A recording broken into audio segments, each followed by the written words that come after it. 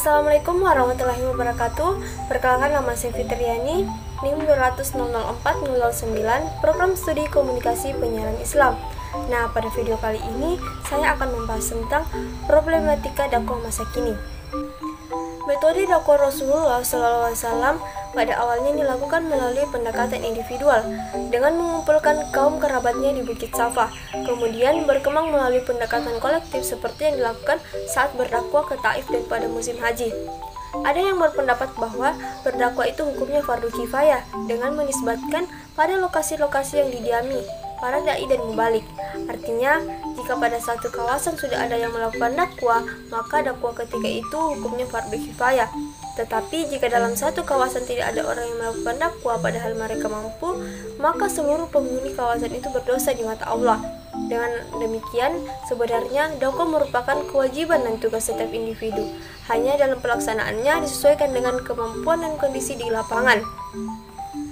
Jadi, pada dasarnya, setiap muslim wajib melaksanakan dakwah Islamiyah karena merupakan tugas ubudiyah dan bukti keikhlasan kepada Allah Subhanahu wa Ta'ala. Penyampaian dakwah Islamiyah haruslah disempurnakan dari satu ke generasi berikutnya, sehingga cahaya hidayah Allah Subhanahu wa Ta'ala tidak terputus sepanjang masa.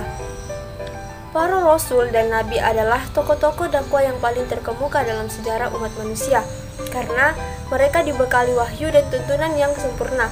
Dibanding mereka, kita memang belum apa-apa, akan tetapi sebagai dai dan mubalik kita wajib bersyukur karena telah memilih jalan yang benar, yakni bergabung bersama barisan para rasul dan nabi dan menjalankan misi risalah Islamiyah.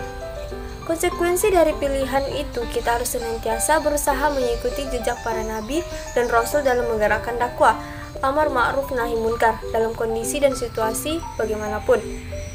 Persoalan yang kita hadapi sekarang adalah tantangan dakwah yang semakin hebat, baik yang bersifat internal maupun eksternal.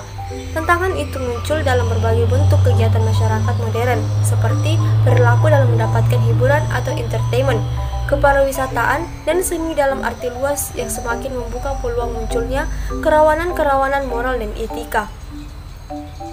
Kerawanan moral dan etika itu muncul semakin transparan dalam bentuk kemaksiatan karena disokong oleh kemajuan alat-alat teknologi informasi mutakhir seperti siaran televisi, keping-keping VCD, jaringan internet, dan sebagainya. Kemaksiatan itu senantiasa mengalami peningkatan kualitas dan kuantitas seperti maraknya perjudian, minum-minuman keras, dan tindakan kriminal, serta menjamurnya tempat-tempat hiburan siang atau malam yang semua itu diawali dengan penjualan dan pendakalan budaya moral dan rasa malu. Tidak asing lagi, akhirnya di negeri yang berbudaya, beradat, dan beragama ini, kemaksiatan yang berhubung dengan apa yang dinamakan seks industri juga mengalami kemajuan, terutama setelah terbukanya turisme internasional di berbagai kawasan, sehingga menjamah wilayah yang semakin luas dan menjarah semakin banyak generasi muda dan remaja yang kehilangan jati diri dan miskin iman dan ilmu. Hal yang terakhir ini semakin buruk dan mencemaskan perkembangannya karena hampir-hampir tidak ada lagi batas antara kota dan desa. Semuanya telah terkontaminasi dalam euforia kebebasan yang tak kenal batas. Ledakan-ledakan informasi dan kemajuan teknologi dalam berbagai bidang itu tidak boleh kita biarkan lewat begitu saja. Kita harus berusaha mencegah dan mengantisipasi dengan memperkuat benteng pertahanan akidah yang berpadukan ilmu dan teknologi. Tidak sedikit korban yang berjatuhan yang membuat kemuliaan Islam semakin terancam dan masa depan generasi muda semakin suram. Apabila kita tetap lengah dan terbuai oleh kemewahan hidup dengan berbagai fasilitasnya, ketika itu pula secara perlahan kita meninggalkan petunjuk-petunjuk Allah yang sangat diperlukan bagi hati nurani setiap kita. Di samping itu, kelemahan dan ketertinggalan umat Islam dalam mengakses informasi dari waktu ke waktu pada gilirannya juga akan membuat langkah-langkah dakwah kita semakin tumpul tak berdaya. Bertolak dari faktor-faktor tersebut, agar problematika dakwah tidak semakin kusut dan berlarut-larut, perlu segera dicarikan jalan keluar dari kemelut persoalan yang dihadapi itu. Ada beberapa poin agar dakwah Islam di era informasi sekarang tetap relevan, efektif, dan produktif. Yang pertama yaitu perlu adanya pengkaderan yang serius untuk memproduksi juru-juru dakwah dengan pembagian kerja yang rapi. Yang kedua, Setiap organisasi Islam yang berminat dalam tugas-tugas dakwah perlu membangun laboratorium dakwah. Yang ketiga, proses dakwah tidak boleh lagi terbatas pada dakwah bilisan, tapi harus diperluas dengan dakwah bil hal, bil kitabah atau lewat tulisan, bil hikmah dalam arti politik, bil iktis hadiah atau ekonomi dan sebagainya. Yang keempat, media massa cetak dan terutama media elektronik harus dipikirkan sekarang juga.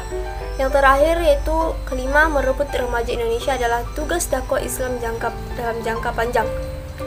Menyimak uraian-uraian tadi dapat diprediksi bahwa misi dan tantangan dakwah tidaklah pernah akan semakin ringan, melainkan akan semakin berat dan hebat, bahkan semakin kompleks dan melelahkan.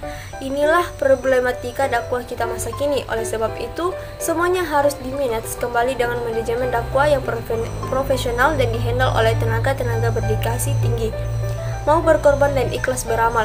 Mengingat potensi umat Islam yang potensial masih sangat terbatas, sementara kita harus mengkomodir segenap permasalahan dan tantangan yang muncul, maka ada baiknya kita coba memilih dan memilah mana yang tepat untuk diberikan skala prioritas dalam penanganannya, sehingga dana, tenaga, dan pikiran dapat lebih terarah, efektif, dan produktif dalam penggunaannya. Itulah tadi materi yang saya paparkan, kurang lebihnya mohon dimaafkan. Wassalamualaikum warahmatullahi wabarakatuh.